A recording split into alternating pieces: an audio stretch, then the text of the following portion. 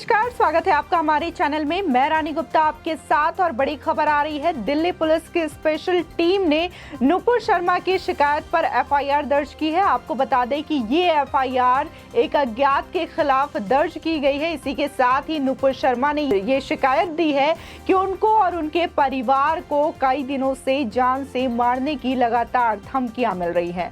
आपको बता दें कि लगातार इस मामले को लेकर के विवाद उठ रहा है, जिसके बाद बीजेपी ने ये कार्रवाई की है, बीजेपी पार्टी ने, और नुपुर शर्मा को बर्खास्त कर दिया है पार्टी से। आपको बता दें कि जिस तरीके से उनके वीडियो को वायरल किया गया था, जिसके बाद से तमाम तरीके की चीजें देखने को मिली, जिसके बाद बीजेपी पार्टी ने एक्शन लिया और नुपुर शर्मा के साथ ही साथ नवीन कुमार जिंदल, जो कि बीजेपी के मीडिया प्रभारी थे, उनको भी बर्खास्त कर दिया गया है। आपको बता दें, दिल्ली पुलिस की स्पेशल सेल IFSO यूनिट ने बीजेपी की निलंबित नेता नुपुर शर्मा की शिकायत पर एफआईआर दर्ज की है। इसी के साथ ही ये एफआईआर अज्ञात के खिलाफ दर्ज हुआ है। वहीं नुपुर शर्मा ने ये शिकायत दी थी पिछले दिनों पुलिस को कि उन्हें और उनके परिवार को जान से मारने की धमकी मिल रही है।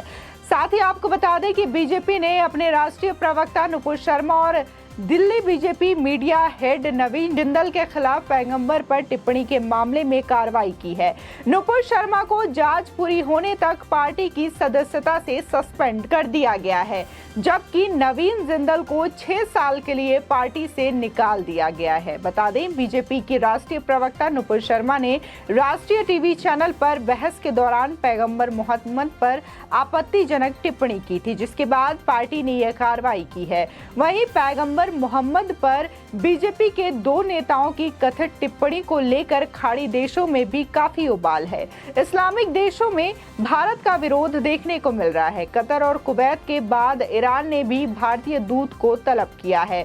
सोशल मीडिया पर भारतीय उत्पादों पर प्रतिबंध लगाने के आह्वान भी किए जा रहे हैं। तो वहीं कतर ने कहा है कि विवादित बयान से मानवाधिकारों की सुरक्षा को गंभीर खतरा हो सकता है। आपको बता दें, पैगंबर मोहम्मद पर कथित टिप्पणी को लेकर बीजेपी ने पहले ही अपने नेताओं पर कार्रवाई की है। बीजेपी ने पार्टी के प्रवक्ता नुपुर शर्मा को सस्पेंड कर दिया है। इसी के साथ ही पार्टी के दिल्ली बीजेपी के नेता नवीन कुमार जिंदल के खिलाफ भी एक्शन लिया है। उन्हें भी पार्टी के बाहर का रास्ता दिखा दिया गया है। वहीं सऊदी अरब ने बीजेपी के नुपुर शर्मा को बर्खास्त करने के फैसले का स्वागत किया है।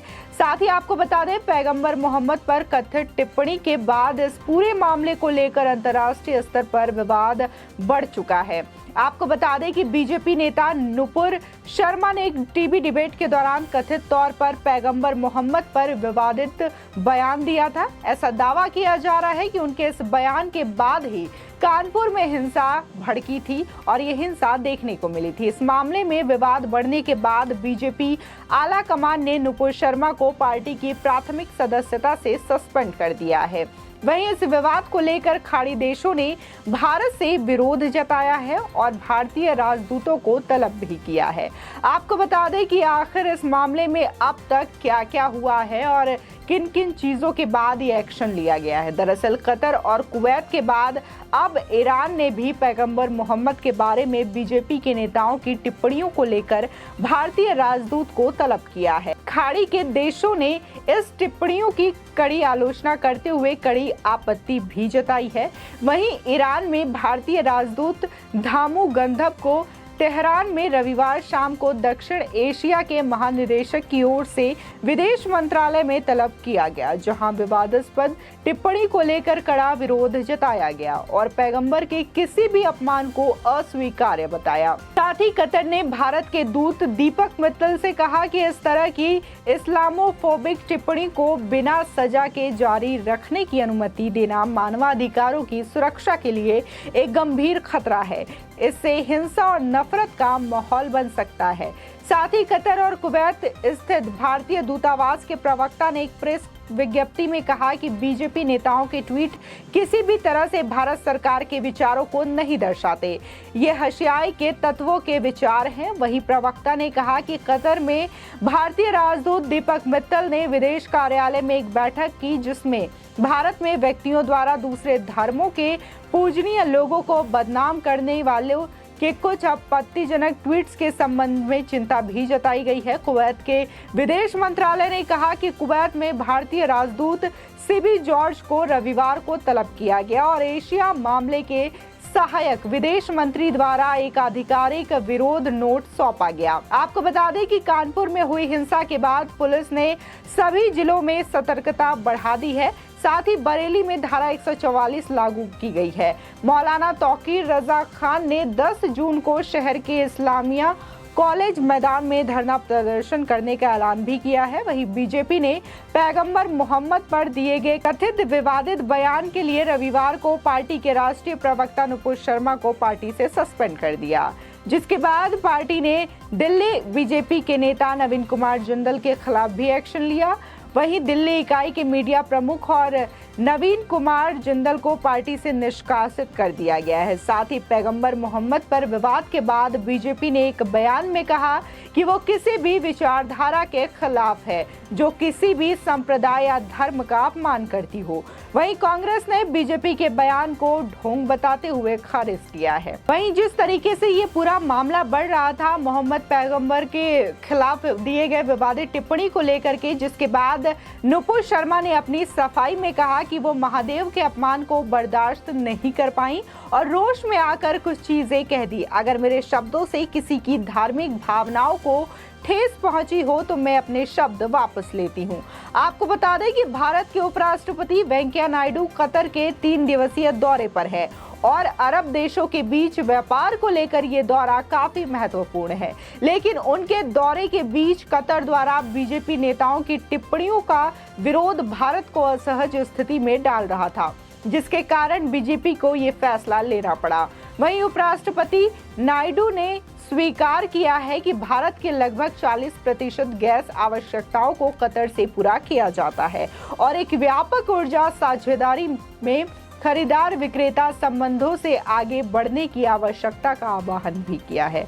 आपको बता दें जिस तरीके से ये पूरा मामला हुआ टीवी शो के दौरान, जिस तरीके से नुपुर शर्मा ने विवादित टिप्पणी की है पैगंबर मोहम्मद को लेकर के, इसके बाद कानपुर में हिंसा भड़की है, ये भी जो जांच है उसमें ये चीज़ें सामने आ रही है। इसी के साथ ही जिस तरीके से बीजेपी ने ये बयान जारी किया है कि उनके लिए सभी धर्मों का सद्भाव एक है और किसी भी तरीके से किसी भी धर्म का वो अपमान नहीं करते हैं और इस तरीके से दिए गए विवादित टिप्पणी का वो समर्थन नहीं करते। इसी के साथ ही जिन लोगों के द्वारा इस तरीके की टिप्पणी की जाती है उसका भी समर्थन नहीं करते। बीजेपी ने ये साफ तौर पर कहा है। इसी के साथ ही जिस तरीके से बीजेपी की प्रवक्ता नुपुर शर्मा को निलंबित किया गया है, इसी के साथ ही बीजेपी ने अपने मीडिया प्रभारी नवीन कुमार जिंदल को भी 6 साल के लिए पार्टी से बर्खास्त कर दिया गया है। इसी के साथ ही आपको बता दें कि जिस तरीके से नुपुर शर्मा ने जब से ये विवादित बयान दिया था, जिसके बाद लगातार सोशल मीडिया में उनके खिलाफ रोष देखने को मिल रहा था और लगातार उनको धमकियां मिल रही थी, जिसके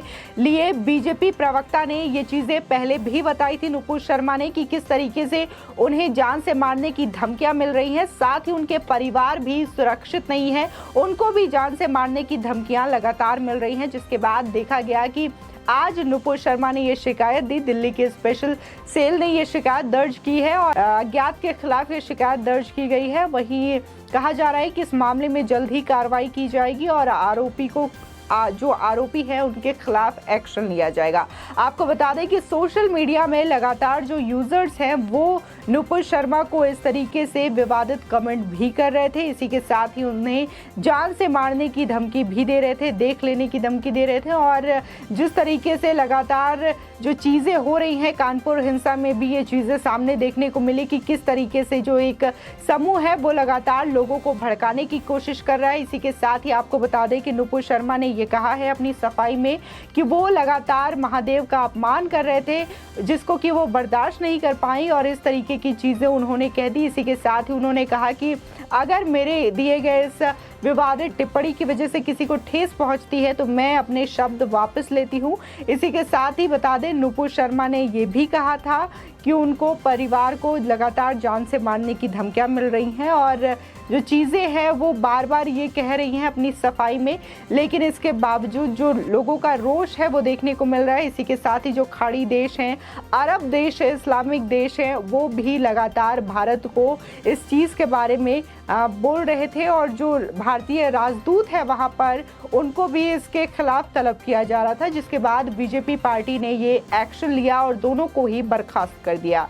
इसी के साथ ही जहाँ सऊदी अरेबिया ने इस चीज़ का स्वागत किया है, बीजेपी पार्टी के इस फैसले का स्वागत किया है, तो वहीं अभी भी जो विपक्षी है वो लगातार बीजेपी को इस चीज़ के लिए घेर रहे हैं और कांग्रेस लगातार इस चीज़ के लिए हमलावर है। लेकिन बीजेपी ने अपनी तौर पर साफ तरीके से एक्शन ले लिया है और दोनों को बर्खास्त करके अपना जो निर्णय है वो जग जाहिर कर दिया है कि उनका जो समर्थन है वो किसी एक समुदाय को लेकर के नहीं है। उनका जो समर्थन है वो किसी भी तरीके की अगर कोई विवादित टिप्पणी करता है तो उनके खिलाफ एक्शन लिया जाएगा, ये सीधे सीधे बीजेपी पार्टी ने जाहिर कर दिया है। आपकी इस खबर पर क्या राय है हमारे कमेंट सेक्शन में जरूर बताएं। आगे की और भी अपडेट के लिए चैनल को सब्सक्राइब करना ना भूलें।